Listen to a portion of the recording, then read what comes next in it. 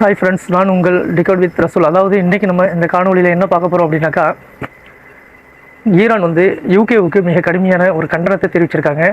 அது சம்பந்தமாகவும், மேலும் ஈரானினுடைய யுரேனியத்தை கைப்பற்றுவதற்காக பிகாசா மவுண்டெயின் அந்த மலைப்பகுதிக்கு தரைப்படை அனுப்புவதற்காக அமெரிக்கா வந்து இப்போ ஆலோசனை நடத்திட்டு வந்துட்டு இருக்காங்க. இது சம்பந்தமாகவும் மேலும் பல தகவல்களை உள்ளடக்கி ஷார்ட்டாக பார்ப்போம். சேனலில் லைக் பண்ணுங்கள், ஷேர் பண்ணுங்கள், கமெண்ட்ஸ் பண்ணுங்கள், மெயினாக சப்ஸ்கிரைப் பண்ணுங்கள், பெல் ஐக்கானை கிளிக் பண்ணிங்க. அதாவது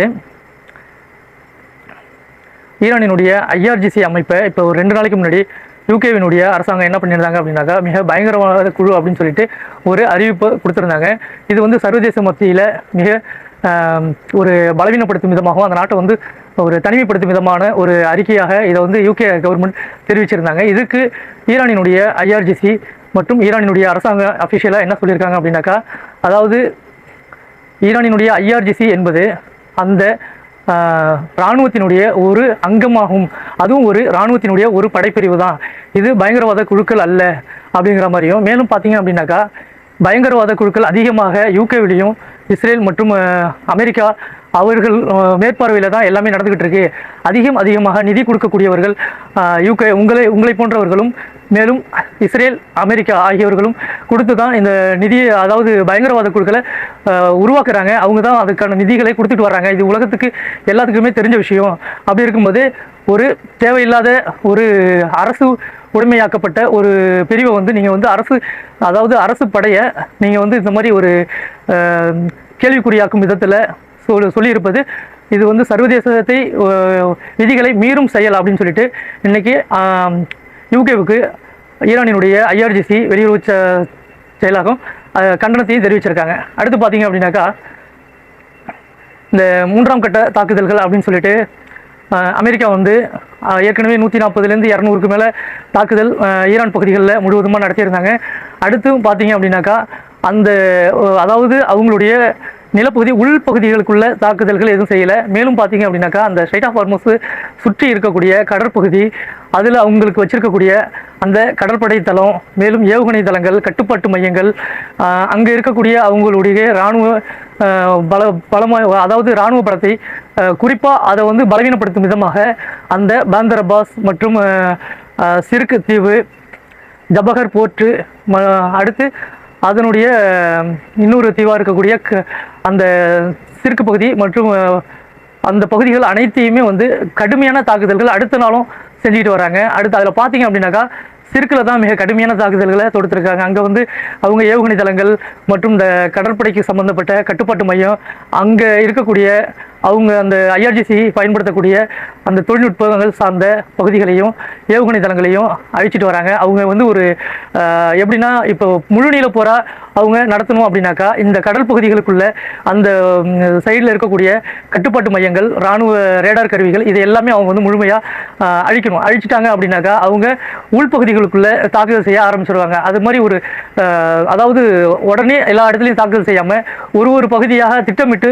அமெரிக்காவானது இப்போ கச்சிதமாக அவங்க வந்து அந்த ஐஆர்ஜிசியினுடைய கடற்படையை கொஞ்சம் கொஞ்சமாக நீக்கணும் அப்படின்னு சொல்லிட்டு, அழிச்சிட்டு வரணும் அப்படின்னு சொல்லிட்டு அவங்க நீக்கிட்டு வராங்க. ஏன்னா இப்போ ஸ்ட்ரைட் ஆஃப் ஹார்மஸில் ஆதிக்கம் செலுத்திட்டு வராங்க இல்லையா ஈரானுடைய ஐஆர்ஜிசி, அதை முழுவதுமாக நம்ம ஃபஸ்ட்டு குறைக்கணும் அப்படிங்கிற ஒரு ஐடியாலஜியில் அவங்க இந்த மாதிரியான தாக்குதல்களை மெயினாக அந்த கடற்கரை ஓரம் இருக்கக்கூடிய அவங்களுடைய இராணுவ கட்டுப்பாட்டு மையங்கள், இது கட்டுப்பாட்டு நிலை ரேடார்கள் மற்றும் அந்த ஸ்பீடு போட்டு இது மாதிரியான இதை ஃபஸ்ட்டு அடிச்சுக்கிட்டு வராங்க. இதுக்கு பதிலளிக்கும் விதமாக இவங்களும் பார்த்தீங்க அப்படின்னாக்கா, அதாவது ஜோர்டான், அப்புறம் குவைத், பஹ்ரைன், அதாவது இந்த குவைத்து, பஹ்ரைன், கத்தார், இப்போது இன்றைக்கி அடித்ததில் கத்தார் பகுதியெல்லாம் அதிகம் இல்லை. பார்த்தீங்க அப்படின்னாக்கா, குவைத்து, பஹ்ரைன், ஜோர்டான் இந்த 3 நாடுகளில் தான் மிக கடுமையான தாக்குதல்களை ஈரானும் திருப்பி மேற்கொண்டு வராங்க. இப்போ இதுக்கு என்ன அவங்க பேர் வச்சுருக்காங்க அப்படின்னாக்கா, அதாவது ஆப்ரேஷன் நசர் 2 அப்படின்னு சொல்லிட்டு பேர் வச்சுருக்காங்க. ஏன்னா இதுக்கு முன்னாடி ட்ரூ ப்ராமிஸ் 4 அப்படின்னு ஒரு பேர் வச்சுருந்தாங்க. அதுக்கு வந்து இஸ்ரேல், அமெரிக்கா இரண்டும் இருந்ததுனால அந்த பேரை அவங்க வச்சுருந்தாங்க. இப்போ பார்த்தீங்க அப்படின்னாக்கா, இந்த தாக்குதல்கள் எல்லாமே வந்து அமெரிக்காவுக்கும் ஈரானுக்கு மட்டும்தான் நடக்குது. அப்படிங்கிறதுனால இதை வந்து ஆப்ரேஷன் நசர் 2 அப்படின்னு சொல்லிட்டு தாக்குதலை தொடுத்துட்டு வந்துட்டு இருக்காங்க. இதில் பார்த்தீங்க அப்படின்னாக்கா, ஜோர்டானில் அஷ்ராக்கில் உள்ள அந்த இராணுவ தளம் மிக கடுமையாக தாக்குதலுக்கு உள்ளாக்கியிருக்கு. அதே மாதிரி பஹ்ரைனில் உள்ள 5th ஃப்ளீட், இந்த இராணுவ தளமும் மிக கடுமையாக தாக்கியிருக்காங்க. அங்கே இருக்கக்கூடிய இராணுவ அதிகாரிகள் தங்கி இருக்கக்கூடிய இடங்களையும் குறி வச்சு அடிச்சிருக்காங்க. அதே மாதிரி அதாவது ட்ரோன் கிடங்குகள் MQ-9 ட்ரோன் MQ-9 மற்றும் அதை சார்ந்த அனைத்து ட்ரோன் தொழில்நுட்பங்கள் இருக்கக்கூடிய ரேடார் சிஸ்டங்கள் எல்லாத்தையுமே தரைமட்டமாக்கியிருக்காங்க. அதில் பார்த்தீங்க அப்படின்னாக்கா மேலும் அவங்க அந்த பஹ்ரைன்லேயும் சரி குவைத்லேயும் சரி அந்த அல் சலீம் அப்படிங்கக்கூடிய ஒரு இராணுவ பேஸு அதுலேயும் கடுமையாக தாக்குதல் செஞ்சுருக்காங்க. இதில் 5th ஃப்ளீட் அப்படிங்கிறதுல தான் மிக உச்சபட்ச தாக்குதல்களை தொடுத்துருக்காங்க. இப்போ பார்த்தீங்க அப்படின்னாக்கா அதில் ஏற்பட்டிருக்கக்கூடிய தீப்பிழம்பை அவங்களால அணைக்க முடியாமல் தவிச்சிட்டு வந்துட்டு இருந்தாங்க. அது இன்னும் கொழுந்து விட்டு எரியுது அப்படின்னு தான் சொல்லிட்டு இருக்காங்க. முழுவதும் அது கட்டுப்பாட்டிலிருந்து இல்லை செயலிழந்திருக்கு அந்த கட்டுப்பாட்டு மையம். அதனுடைய இராணுவ பேஸ் அமெரிக்காவினுடைய ராணுவ பேஸ் அதிகமாக பாதிக்கப்பட்டது அந்த பஹ்ரைனுடைய 5th ஃப்ளீட் அப்படின்னு சொல்லிட்டு சொல்கிறாங்க. அதே மாதிரி ஜோர்டான்லேயும் தாக்குதல் செஞ்சாங்க இல்லையா அஷ்ராக்கில். ஏன் அந்த அஷ்ராக்கை குறி வச்சு தாக்கியிருக்காங்க அப்படின்னாக்கா அந்த அஷ்ராக்கில் இருந்தால் ஏற்கனவே இந்த 40 நாள் போரில் ஈரான் மேலே அந்த மினா பள்ளி இருந்துச்சு இல்லைங்களா, அங்கே வந்து அந்த குழந்தைகளை 168 பேர் குழந்தைகளை தாக்குதல் செஞ்சு அழிச்சாங்க இல்லையா, அதுக்கு பயன்படுத்தப்பட்ட அந்த இராணுவ தளம் ஜோர்டானினுடைய அஷ்ராக் இராணுவ தளம் தான் அப்படின்னு சொல்லிட்டு ஈரானினுடைய IRGC ஆனது இன்னைக்கு ஒரு ஒரு இதுவும் கொடுத்துருக்கு, அதாவது ஒரு அறிக்கையும் கொடுத்துருக்காங்க. இதை வந்து நீங்கள் வந்து உங்கள் மேலே விடுக்கப்பட்ட தாக்குதலாக நீங்கள் நினைக்காதீங்க. ஏன்னா இந்த மினா பள்ளியிலிருந்து அப்போ இறந்த குழந்தைகளுக்கு அங்கிருந்தால் தாக்குதல்களை முன்னெடுத்தாங்க. நாங்கள் வந்து ஜோர்டான் மக்களுக்கு எதிரியும் கிடையாது, நாங்கள் ஜோர்டான் மக்களுக்கு எதிராக நாங்கள் இந்த தாக்குதல்களை செய்யலை. அங்கே இருக்கக்கூடிய இராணுவ நிலைகள் அமெரிக்காவினுடைய இராணுவ நிலைகளுக்கு எதிராக தான் இந்த தாக்குதல்களை செய்கிறோம். அதுவும் இல்லாமல் நாங்களும் பாலஸ்தீன மக்களுக்கு ஆதரவாக துணை நிற்கிறோம். அதே மாதிரி நீங்களும் ஜோர்டானில் உள்ள மக்களும் பாலஸ்தீனத்திற்கு ஆதரவாக தான் நிற்கிறீங்க. அங்கே உள்ள ஆட்சியாளர்கள் தான் அதற்கு மாற்றாக நிற்கிறாங்க. அது மட்டும் இல்லாமல் நீங்களும் பாலஸ்தீன மக்கள் மேலே பாசமாக தான் இருக்கீங்க. நாங்கள் அதே மாதிரி நாங்களும் அவர்களுக்கு பாசமாக துணையாக தான் இருக்கிறோம். அதனால் உங்கள் மேலே நாங்கள் தாக்குதல் நடத்தவில்லை அப்படின்னு சொல்லிட்டு இதை அந்த ஆட்சியாளர்களுக்கு புரிய வையுங்கள் அப்படின்னு சொல்லிட்டு ஈரான் அந்த மக்களுக்கு ஒரு அறிக்கையாகவே சொல்லியிருக்காங்க. அப்படி பார்க்கணும்னா அந்த ஆட்சியாளர்கள் தான் அந்த அமெரிக்க இராணுவ தளங்களுக்கு அனுமதி கொடுத்து அதை ஈரானுக்கு எதிராக செயல்பட வச்சுட்டு இருக்காங்க. அதை அந்த மக்கள் ஏற்கனவே புரிஞ்சுட்டு இருக்காங்க. ஆனால் அரபு நாடுகளை பொறுத்தவரையில் அங்கே வந்து போராடுறதுக்கு அனுமதி கிடையாது அப்படிங்கிறதுனால அந்த மக்கள் அதை வெளிப்படுத்த முடியாமல் இருக்காங்க. மேலும் பார்த்தீங்க அப்படின்னாக்கா ஒரு சில நேரங்களில் அதையும் பகிரங்கமாக தெரிவிச்சுட்டு தான் வராங்க. அதே மாதிரி பஹ்ரைனில் ஒரு 3 பேரை கைது பண்ணியிருக்காங்க. அதாவது ஈரான் IRGCக்கு சாதகமாக உளவுகளை பார்த்துருக்காங்க அப்படின்னு சொல்லிட்டு கைது பண்ணி அதை ஆயுள் தண்டனையாகவும் கொடுத்துருக்காங்க. அடுத்து பார்த்தீங்க அப்படின்னாக்கா அதாவது டொனால்ட் ட்ரம்ப் அவர்கள் ஒரு அறிவிப்பு ஒன்று கொடுத்துருக்காரு. அந்த பிகாசா மவுண்டைன் அதில் வந்து மிக கடுமையான தாக்குதல்களை நாங்கள் தொடுக்க போகிறோம். அங்கே இருக்கக்கூடிய யுரேனியம் செறிவூட்டுதல்களை அந்த யுரேனியம் அங்கே தான் இருக்குது, அதை வந்து நாங்கள் கைப்பற்றுவோம் அப்படின்னு சொல்லிட்டு ஒரு அறிவிப்பு கொடுத்துருக்காரு. அதுக்கு ஈரானினுடைய IRGC மற்றும் வெளியுறவு செயலகம் என்ன சொல்லியிருக்காங்க அப்படின்னாக்கா, அதாவது பிகாசா மவுண்டனில் நீங்கள் தாக்குதல்கள் செஞ்சால் நாங்கள் அதுக்கு உச்சபட்ச தாக்குதல்களை மேற்கொள்வோம். அது வந்து இதுவரையிலும் நீங்கள் பார்த்துடாத பேரழிவை ஏற்படுத்தக்கூடிய ஒரு தாக்குதலாக தான் இருக்கும். அது மட்டும் இல்லாமல் இதற்கு விலையாக நீங்கள் வந்து உங்களுடைய இராணுவ வீரர்களையும் மற்றும் உங்களுடைய பிராந்திய நண்பர்கள் அப்படின்னா அந்த வளைகுடா நாடுகளில் உள்ள கல்ஃப் கண்ட்ரியை தான் சொல்கிறாங்க, அந்த நாடுகளில் உள்ள உங்கள் பிராந்திய நண்பர்களையும் நீங்கள் விலை கொடுக்க நேரிடும் அப்படின்னு சொல்லிட்டு அந்த அளவுக்கு எங்களுடைய உச்சபட்ச தாக்குதல்களை நாங்கள் தொடுப்போம் அப்படின்னு சொல்லிட்டு சொல்லியிருக்காங்க. ஏன் அப்படின்னாக்கா ஏற்கனவே நட்டான்ஸ் பகுதிகளில் தாக்குதல் செஞ்சு அங்கே தான் யுரேனியம் இருக்குது, அதை நம்ம கைப்பற்றணும் பண்ணியிருந்தாங்க. அப்போ கூட அதை ஒன்றும் செய்ய முடியல, அது கிட்ட கூட நெருங்க முடியல, தரைப்படி இறங்கினாங்க, எல்லாத்தையும் அந்த F-15 F-16லாம் சுட்டு வீழ்த்தப்பட்டுச்சு. அதே மாதிரி இப்போ அதாவது இந்த பிகாசா மவுண்டனில் வந்து இப்போ செயற்கைக்கோள் படங்களை வச்சு பார்த்துட்டு அங்கே தான் இது இருக்கக்கூடும் அப்படின்னு சொல்லிட்டு IAEA வந்து ஒரு சந்தேகத்தை கிளப்பியிருக்காங்க. ஒருவேளை அங்கே தான் அந்த யுரேனியம் செறிவூட்டப்பட்ட யுரேனியம் இருக்குது, அதை கைப்பற்றதுக்கு அங்கே அனுமதி கேட்டாங்க, அதுக்கு அவங்க கொடுக்கல. அதனால் அங்கே தான் இருக்குது, அதை கன்ஃபார்ம் பண்ணி அதை எடுக்கணும் அப்படின்னு சொல்லிட்டு இப்போ ஒரு குறிக்கோளில் இருக்காங்க. அதில் பார்த்தீங்க அப்படின்னாக்கா அதாவது அது வந்து ஒரிஜினலாக அது வந்து ஒரு கிரானைட்டு அதாவது மிகவும் சக்தி வாய்ந்த அந்த தன்மை வந்து அதிகமாக இருக்கும். கிரானைட்டுங்கிறது ஒரு சில பகுதிகளில் பார்த்தீங்கன்னா வந்து வலிமையாக இருக்காது. அந்த பகுதியை பார்த்தீங்கன்னா மலைப்பகுதி மிக கடினமான ஒரு மலைப்பகுதியாக இருக்குது. அது வந்து கடினமான ஒரு கிரானைட்டு கற்களால் மூடப்பட்ட ஒரு சூழல் உள்ள பகுதி.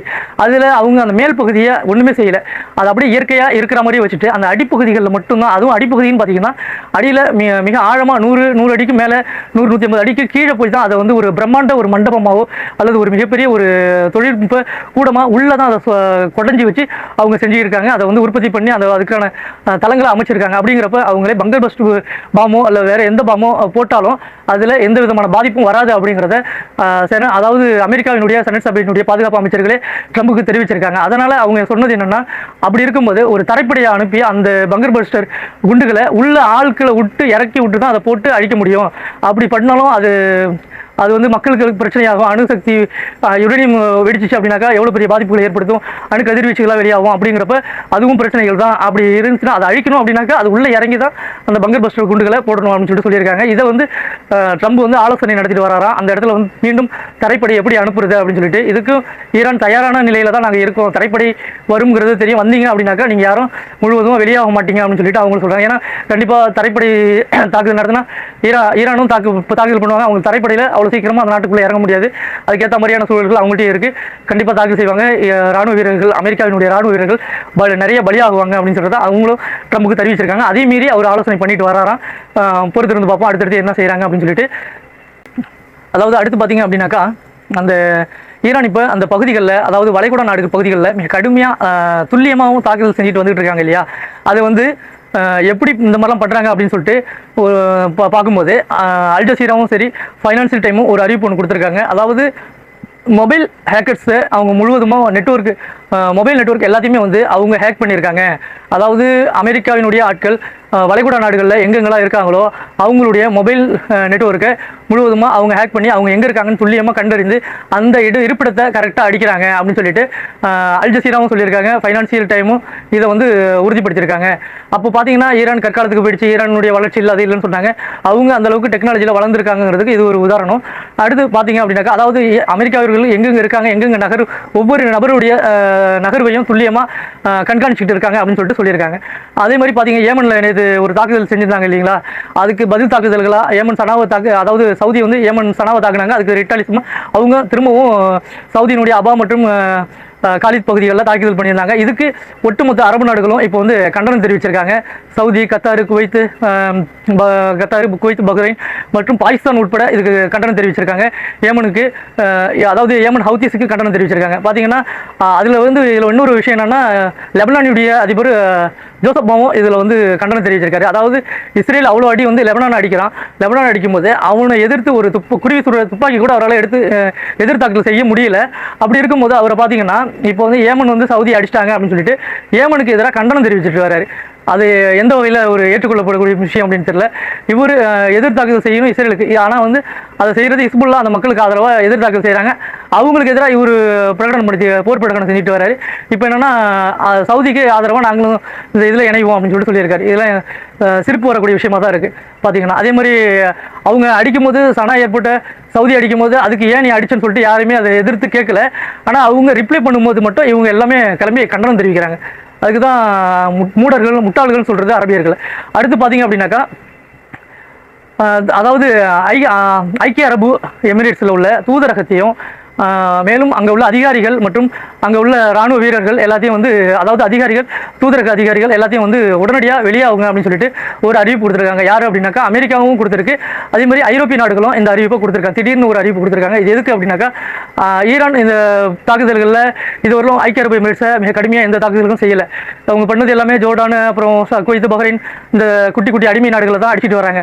அதே மாதிரி ஐக்கிய அரபு எமிரேட்ஸும் அந்த லிஸ்ட்டில் குட்டி அடிமை தான் அந்த லிஸ்ட்டில் தான் இருக்காங்க. இருந்தாலும் வந்து அவங்க மேலே கை வைக்கல. அது காரணம் என்னன்னா ஒரு சில ஒப்பந்தங்கள்லாம் போட்டிருந்தாங்க இல்லையா. இன்னும் இதுக்கு அப்புறமும் அந்த மாதிரியான சூழல்கள் இருக்காது. ஒரு சில விஷயங்களை அங்கிருந்து இவங்க மூவ் பண்ண போறாங்க போல இருக்கு. அதாவது அமெரிக்கா வந்து அடுத்த கட்ட தாக்குதல்களை அங்கிருந்து செய்யறதுக்கான ஆயுத பணிகளை செஞ்சுட்டு வராங்க. அதுக்காக திரும்பவும் ஐக்கிய அரபு எமிரேட்ஸ்ல மிக கடுமையான தாக்குதல்களை ஈரான் தொடுக்க நேரிடும். அடுத்த கட்ட போர் ஆரம்பிச்சிச்சு அப்படின்னாக்கா அதாவது இப்போ நடந்துகிட்டு இருக்கு. இதுக்கப்புறமும் அவங்க இன்னைக்கு நைட்டு தாக்குதல் செஞ்சாங்கன்னா திரும்பவும் உச்சக்கட்ட தாக்குதல்கள் அவங்க செய்வாங்க. சப்போஸ் ஐக்கிய அரபு எமிரேட்ஸினுடைய தளத்தில் வந்து ஏதோ ஒன்று பண்ணிட்டாங்க அப்படின்னாக்கா அங்கேயும் சுத்தமாக அடிக்க ஆரம்பிச்சிருவாங்க இல்லையா. அதனால இவங்க முன்னெச்சரிக்கையா அந்த அதிகாரிகளையும் தூதரக அதிகாரிகளையும் அவங்க யாருமே வந்து அமெரிக்கர்கள் யாரும் ஐக்கிய அரபு எமிரேட்ஸ்க்கு இப்போ போகாதீங்க அப்படின்னு சொல்லிட்டு தடுத்து வச்சிருக்காங்க. அதே அறிவிப்பு ஐரோப்பாவும் கொடுத்துருக்காங்க. உடனடியாக வெளியேறுங்கள் அப்படின்னு சொல்லிட்டு சொல்லியிருக்காங்க. இது என்ன அர்த்தங்கிறத நம்ம புரிஞ்சிக்க வேண்டியதுதான். அடுத்து அதாவது பார்த்தீங்க அப்படின்னாக்கா இந்த பிரச்சனையை அதாவது ஏற்கனவே இந்த ஸ்ட்ரைட் ஆஃப் ஹார்மஸ் பிரச்சனை ஆரம்பித்ததுலேருந்து ஈரான் வந்து அமெரிக்கா வந்து தடை நீக்கினாங்க இல்லைங்களா. அதை பயன்படுத்தி கிட்டத்தட்ட இந்த நாட்களில் மட்டும் 80 பில்லியன் பேரல்களை விற்பனை செஞ்சுருக்காங்களா. இது வந்து 4 மாதம் நடக்கக்கூடிய ஒரு ஏற்றுமதி வியாபாரமாக இதை வந்து குறுகிய காலத்தில் செஞ்சு பணத்தை முதலீடு ஈட்டியிருக்காங்க அப்படின்னு சொல்லிட்டு ஒரு அறிவிப்பு சொல்கிறாங்க. அதே மாதிரி இவங்க ஸ்ட்ரைட் ஆஃப் ஹார்மஸில் அமெரிக்காவினுடைய ஆலோசனையை கேட்டு நகர்ந்த ஓமன் கடற்பரப்பு வழியாக நகர்ந்த கப்பல்களை இன்றளவும் ஈரான் வந்து ஒரு 3 கப்பல்களை தாக்குதல் செஞ்சுருக்காங்க. அதில் அந்த கப்பல்கள் மூழ்கக்கூடிய காட்சிகளும் வெளியாகிருக்கு. அமெரிக்கா என்னுடைய பேச்சை கேட்டு நகர்ந்து அவங்க ரேடார் சிஸ்டத்தை ஆஃப் பண்ணிவிட்டு ஈரானுடைய பேச்சை கேட்காம அவங்களுடைய அறிவிப்பை மீறி சென்றதுனால அவங்க தாக்குதல் செஞ்சோம் அப்படின்னு சொல்லிட்டு அவங்க அதற்கான ரிப்ளையும் கொடுத்துருக்காங்க. மேலும் பல தகவல்களையும் நம்ம அடுத்தடுத்த காணொலியில் பார்ப்போம். மேலும் பார்த்தீங்க அப்படின்னாக்கா